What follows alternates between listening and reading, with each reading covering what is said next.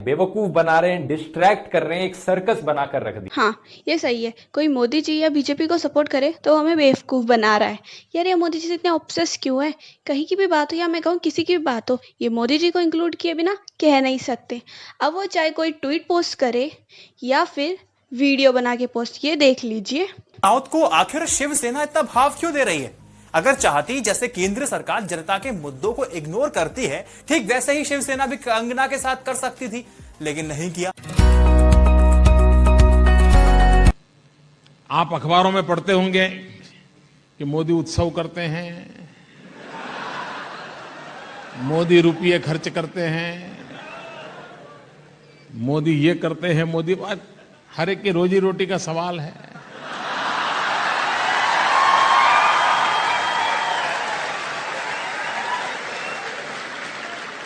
और मुझे इस बात की खुशी है कि मैं इतने लोगों की रोजी रोटी के लिए काम आता हूं। और हंसी तो मुझे ये सुनकर आई, आप भी सुनिए। नाम भले ही शिवसेना का हो, लेकिन तौर तरीके अब बदल चुके हैं। बाला साहब ठाकरे के बेटे उद्धव ठाकरे और उनके भी बेटे आदित्य ठाकरे का व्यवहार बिल्कुल अलग है। दोनों बाला साहब ठाकरे जैसे नहीं हैं। अगर किरदार बदल दिया जाए, यानी कि राज ठाकरे उद्धव ठाकरे की जगह होते, तो पूरी शिवसेना पहले जैसी तेवर दिखा चुकी होती। कंगना पर शिवसेना की महिला समर्थक अब तक कालिख लगा चुकी होती, पूरा हंगामा हो रहा होता। लेकिन दूसरा पॉइंट यह भी है, आप कह सकते हैं कि शिवसेना का कोई एक नेता सत्ता के शीर्ष पर पहुंचा है, यानी कि टॉप तक पहुंचा है। सीएम उद्धव ठाकरे शिवसेना के सेनापति हैं। कंगना के तू तड़ाक वाली बात पर कड़वा घूंट पी के रहना पड़ रहा। हाँ भाई, कितना शांत स्वभाव है।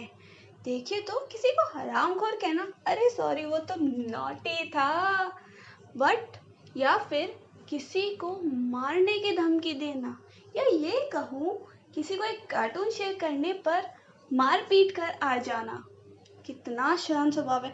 भगवान ऐसा शांत स्वभाव किसी को ना दे कि किसी के घर पर बुलडोजर चलाने की नौबत आ जाए। कुछ ज्यादा ही शांत स्वभाव। तो एक चीज तो आप समझ ही गए होंगे कि कहानी जितनी सिंपल लगती है उतनी सिंपल है नहीं।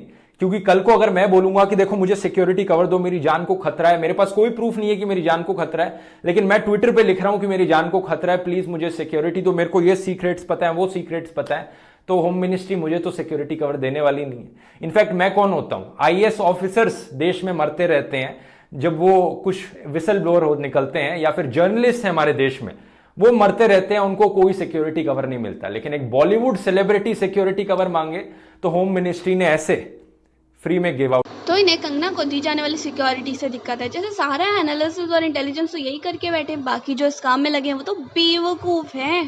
पहली बात, कॉन्स्टिट्यूशन हर किसी को फ्रीडम ऑफ स्पीच देता है, हर किसी को भारत में सुरक्षित महसूस करने का अधिकार भी है। तो तब क्या करें जब वो सरकार जो हमारी सुरक्षा के लिए जिम्मेदार है वही इतनी आक्रामक हो जाए? तो क्या सेंटर कंगना को सुरक्षा ना दे, उसके मरने का इंतजार करें और बाद में एक कैंडल मार्च निकालें? क्या यही चाहते हैं लोग? ये कहते हैं कि आईएएस पीसीएस को सुरक्षा नहीं दी जाती तो हम उस पर ध्यान भी दे सकते थे, पर इनका कंपैरिजन थोड़ा गलत सा लगता है कि उसे दिया, उसे क्यों नहीं दिया। अब कुछ लोगों ने तो सुरक्षा तो SC ST से भी जोड़ दिया। देखिए, कंगना, मीडिया और सरकार को जो चाहिए था वो इन्हें अब मिल चुका है, लेकिन आपको जो चाहिए था वो आपको मिलने वाला नहीं है। तो बेहतर यही होगा कि आप काम के इश्यूज में फोकस करो, काम के इश्यूज और टॉपिक्स में अपना ध्यान लगाओ। जब से उन्होंने बोलना सीखा है और बोलना शुरू किया है, मेरी खुशी का कोई पार नहीं है।